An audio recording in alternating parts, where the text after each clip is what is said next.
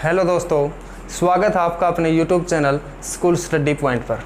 तो दोस्तों, हमने पिछली वीडियो में अक्षांश और देशांतर रेखाओं में जानकारी ली थी और आज हम पृथ्वी का सौरिक संबंध पढ़ेंगे। पृथ्वी का कैसे क्या संबंध है और कैसे पृथ्वी काम करती है। हम बात करें घूर्णन के बारे में। घूर्णन एग्जाम में कभी पूछ लिया जाता है कि घूर्णन किसे कहते हैं या घूर्णन क्या होता है, तो ऑप्शन में मिलता है कि अपनी धुरी पर चक्कर लगाना या अपने अक्ष पर चक्कर लगाना, उसको घूर्णन कहते हैं। अपने अक्ष या धुरी पर चक्कर लगाना क्या कहलाता है? घूर्णन कहलाता है। और एक आता है परिक्रमण। परिक्रमण ये होता है कि सूर्य के चारों ओर चक्कर लगाना क्या कहलाता है? परिक्रमण। जब सूर्य के चारों ओर पृथ्वी परिक्रमा करती है तो उसको बोला जाता है परिक्रमण। और सूर्य के चारों ओर पृथ्वी 29.8 किलोमीटर प्रति सेकंड से के वेग से गति करती है या चक्कर लगाती है। अब एक आता है हमारा उपसौर और अपसौर। उपसौर या एक होता है अपसौर। ठीक है।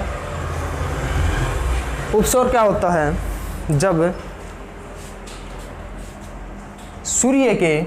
जब सूर्य के पास होती है पृथ्वी, जब सूर्य के पास पृथ्वी होती है, सूर्य के नज़दीक जब पृथ्वी होती है उसको बोला जाता है उपसौर। उसको बोला जाता है उपसौर। और यह कब होता है? यह होता है 3 जनवरी को। 3 जनवरी को सूर्य के नज़दीक आती है पृथ्वी और इनके बीच की जो दूरी हो जाती है वो हो जाता है 14.70 करोड़ किलोमीटर। और अपसौर होता है, अप मतलब दूर। अपसौर होता है जब सूर्य से दूर पृथ्वी होती है उसको बोला जाता है अपसौर। और अपसौर सूर्य से पृथ्वी 4 जुलाई को होती है। उस टाइम पर इनके बीच की दूरी होती है 15 करोड़ किलोमीटर। 15 करोड़ किलोमीटर। और एक हमने नहीं पढ़ी, वो थी एप्साइड रेखा। एप्साइड रेखा। एप्साइड रेखा ये होती है जब उपसौरिक और अपसौरिक रेखा के काल्पनिक रेखा को मिलाया जाता है, या फिर उपसौरिक और अपसौरिक काल्पनिक रेखाएं सूर्य के केंद्र से जब गुजरती है तो उसको बोला जाता है एप्साइड रेखा। सूर्य के केंद्र से गुजरती है और उपसौरिक व अपसौरिक काल्पनिक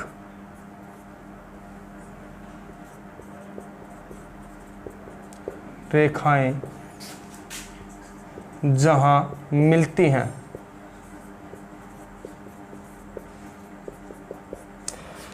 एप्साइड रेखा क्या होती है? जब उपसौरिक व अपसौरिक जैसी काल्पनिक रेखाएं किसी केंद्र पर मिलती हैं और वह सूर्य के केंद्र से गुजरती है रेखा, उसको बोला जाता है एप्साइड रेखा। ठीक है दोस्तों, अब हम बात करेंगे पृथ्वी की आंतरिक संरचना के बारे में।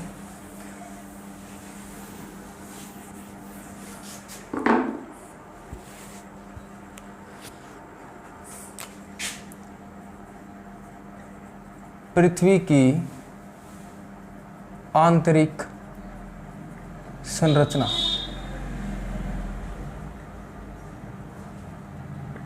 पृथ्वी की आंतरिक संरचना, ठीक है। इसमें हम बात करें तो पृथ्वी के बारे में। पृथ्वी के बारे में मैंने आपको जब हमने ग्रह किए थे तो उस टाइम पे सारे डिटेल से बताया था। तो इसमें पृथ्वी को 3 भागों में बांटा गया है। पहला भाग है भूपरपट्टी, भूपरपट्टी या इसे बोलते हैं इंग्लिश में क्रस्ट, ठीक है।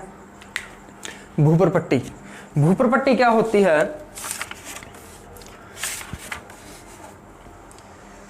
भूपरपट्टी यह अंदर की ओर, इसकी जो गहराई होती है वह होती है 34 किलोमीटर।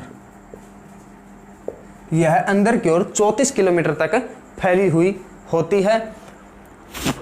भूपरपट्टी अंदर की ओर 34 किलोमीटर तक फैली हुई होती है और इसमें सिलिकॉन और एल्यूमिनियम की मात्रा सर्वाधिक होती है और एक होती है ऑक्सीजन।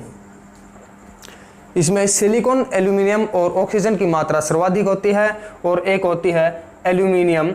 और इस भाग का जो औसत घनत्व होता है, इस भाग का जो औसत घनत्व होता है वो होता है 2.7 ग्राम पर सेंटीमीटर क्यूब। भूपरपट्टी का जो औसत घनत्व होता है वो 2.7 ग्राम पर सेंटीमीटर क्यूब होता है और यह पृथ्वी के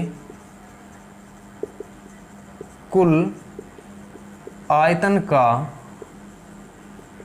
0.5 ग्राम पर सेंटीमीटर क्यूब घेरे हुए हैं। या सॉरी, ये आयतन तो परसेंटेज में, यह पृथ्वी के कुल आयतन का 0.5% घेरे हुए हैं और सबसे अधिक मात्रा में यहाँ पर पाई जाती है ऑक्सीजन। सबसे अधिक मात्रा में यहाँ पे ऑक्सीजन मिलती है जिसकी मात्रा होती है 46.60%। और फिर हम बात करेंगे सिलिकॉन की। सिलिकॉन की जो होती है वो होती है 27.72%। और फिर बात करें हम एल्यूमिनियम की, तो एल्यूमिनियम की जो मात्रा होती है वो होती है 8.13%। ठीक है दोस्तों, ये हमारा पहला भाग था। अब बात करें हम दूसरे भाग की, उसका नाम है मेंटल। इसको इंग्लिश में भी बोला जाता है मेंटल। यह अंदर की ओर 2900 किलोमीटर तक फैली हुई है। दूसरे नंबर पर मेंटल, इसको इंग्लिश में मेंटल ही बोला जाता है और यह 2900 किलोमीटर तक अंदर की ओर फैली हुई है। और जो इसके अंदर मात्रा होती है वो होती है सिलिकॉन और मैग्नीशियम की। सिलिकॉन और मैग्नीशियम की मात्रा सबसे ज़्यादा होती है। और मेंटल, आपको एक उदाहरण से समझाता हूँ मैं। ये है हमारी पृथ्वी और ये है दूसरी परत और ये है तीसरी परत। ठीक है, ये जो बाहर की जो परत है, बाहर की परत जो है, इसको बोला जाता है भूपरपट्टी। इसको बोला जाता है भूपरपट्टी। और जो अंदर यहाँ से यहाँ तक जो है वो है भूपरपट्टी। ये ऊपर वाली भूपरपट्टी ये यहाँ पे इस साइड में 34 किलोमीटर तक फैली हुई है, 34 या 35 किलोमीटर तक यहाँ पर फैली हुई है। और बाद में आ जाती है मेंटल जो फैली हुई है 2900 किलोमीटर तक। और बाद में इसकी तीसरी जो संरचना आती है, तीसरा जो भाग आता है वो होता है करोड या कोर, जो केंद्र, पृथ्वी के केंद्र। तो हम बात करें सिलिकॉन और मैग्नीशियम की मात्रा सबसे ज़्यादा होती है। और मेंटल का जो ये हिस्सा होता है, जो मेंटल का ये हिस्सा होता है, इसमें पाया जाता है लावा। इसमें पाया जाता है लावा या बोलते हैं मैग्मा। इसके अंदर मैग्मा या लावा बहुत मात्रा में पाया जाता है और इसका जो औसत घनत्व है मेंटल का वो है 3.5 ग्राम पर सेंटीमीटर क्यूब। इसका मेंटल का जो औसत घनत्व है वो 3.5 ग्राम पर सेंटीमीटर क्यूब है, जो पृथ्वी के कुल आयतन का 83% भाग घेरे हुए हैं। जो पृथ्वी के कुल आयतन का 83% भाग घेरे हुए हैं। तो हम अब आगे बात करेंगे कोर के बारे में। तो तीसरा हमारा पॉइंट है वो होता है कोर। यह सबसे निचली परत है भूपरपट्टी की, पृथ्वी की सबसे निचली परत है और कशर्ट एवं मेंटल के बीच में जो भूपरपट्टी है, मैं आपको फिर से बना के दिखाता हूं।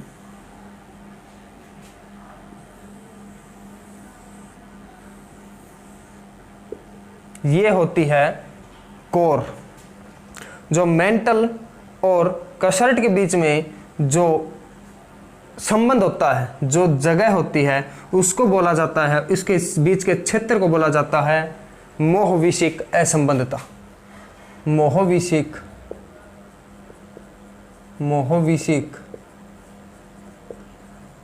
असंबद्धता। मोहविशिक असंबद्धता यह कशर्ट और मेंटल के बीच के सीमा क्षेत्र को कहा जाता है, या भूपरपट्टी और मेंटल के बीच के क्षेत्र को क्या कहा जाता है? मोहविशिक असंबद्धता। और एक आता है जो निचला मेंटल है और इसमें ऊपरी कोर। ये जो निचला मेंटल और जो ये ऊपर का जो कोर का भाग है, इसके जो बीच क्षेत्र होता है उसको बोला जाता है गुटेनबर्ग असंबद्धता। गुटेनबर्ग असंबद्धता। मोहविशिक असंबद्धता किसे कहा जाता है? भूपरपट्टी और मेंटल के जो बीच का जो क्षेत्र होता है उसको बोला जाता है मोहविशिक असंबद्धता। आखिर ये क्वेश्चन आ जाते हैं एग्जाम्स के अंदर। और गुटेनबर्ग असंबद्धता क्या होता है? निचले मेंटल और ऊपरी कोर के बीच के जो क्षेत्र होता है, ये जो क्षेत्र होता है इसको बोला जाता है गुटेनबर्ग असंबद्धता। और कोर के अंदर निकेल और आयरन या फेरस की मात्रा सबसे ज़्यादा होती है। इनकी मात्रा सबसे ज़्यादा होती है। और जो इसका निकेल और फेरस की मात्रा सबसे ज़्यादा होती है और इसके जो औसत घनत्व है, इसका जो औसत घनत्व है वो है 13 ग्राम पर सेंटीमीटर क्यूब। जो बीच का ये क्षेत्र है ये, इसका औसत घनत्व 13 ग्राम पर सेंटीमीटर क्यूब होता है। और पृथ्वी के कुल आयतन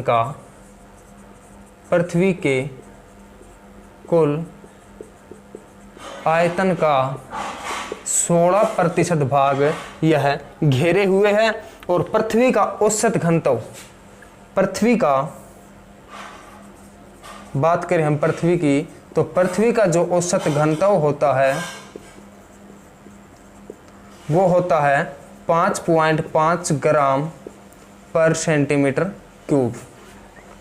और जो हम बात करें आयतन की, पृथ्वी के आयतन की, तो वो होती है, या उसके त्रिज्या की, या आयतन या त्रिज्या की बात करें, आयतन या त्रिज्या की बात करें तो पृथ्वी का आयतन या त्रिज्या क्या होती है? लगभग 6400 किलोमीटर। वैसे दिया हुआ है 6370 किलोमीटर और लगभग हम बोलेंगे 6400 किलोमीटर तक। जो ये पृथ्वी है इसके एक डिग्री सेल्सियस तापमान बढ़ जाता है। कहाँ पर? जब 32 मीटर की गहराई में हम जाते हैं। पृथ्वी की जो 32 मीटर गहराई होती है, 32 मीटर की गहराई पर ही 1 डिग्री सेल्सियस तापमान बढ़ जाता है। एक बार कोशिश की थी हमारे वैज्ञानिकों ने, वो 6 किलोमीटर तक ही जा पाए थे, तो आगे मशीनें हैं जो वो पिघलने लगी थी। जो हम गड्ढा करते हैं वो आगे जा नहीं पाया, वो लोहे की जो मशीनें थी वे पिघलने लगी थी। और पृथ्वी का जो सतलीय क्षेत्र है, जो ये सतलीय क्षेत्र है जहाँ पे हम रहते हैं, सबसे नीचा क्षेत्र कौन सा है? जॉर्डन के अंदर है एक मर्त सागर, आपने नाम सुना होगा।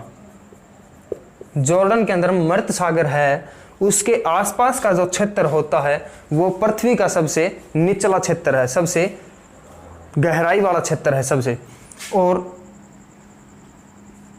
इसकी जो समुद्र तल से ऊंचाई होती है, जो समुद्र तल से वो 400 मीटर नीचा है। ठीक है, ये समुद्र तल से 400 मीटर नीचा है।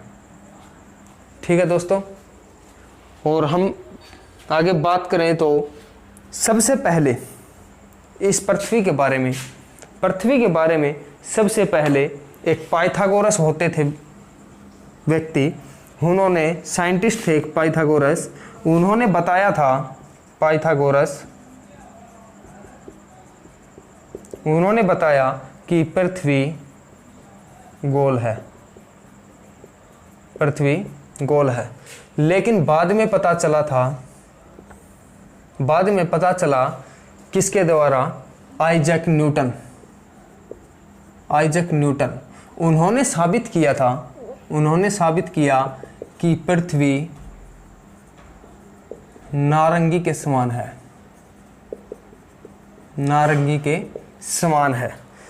कि पृथ्वी नारंगी के समान है। और फिर एक आए थे जेम्स जीन, उन्होंने पृथ्वी को नारंगी की बजाय नाशपाती के समान बताया। उन्होंने पृथ्वी को नारंगी की बजाय नाशपाती के समान बताया। और जो पृथ्वी की जो बाह्य सतह है, ये जो बाह्य सतह है जहाँ पे हम रहते हैं, इसको 4 भागों में बांटा गया है। कितने भागों में? 4 भागों में। पहले भाग का जिक्र करें, सथल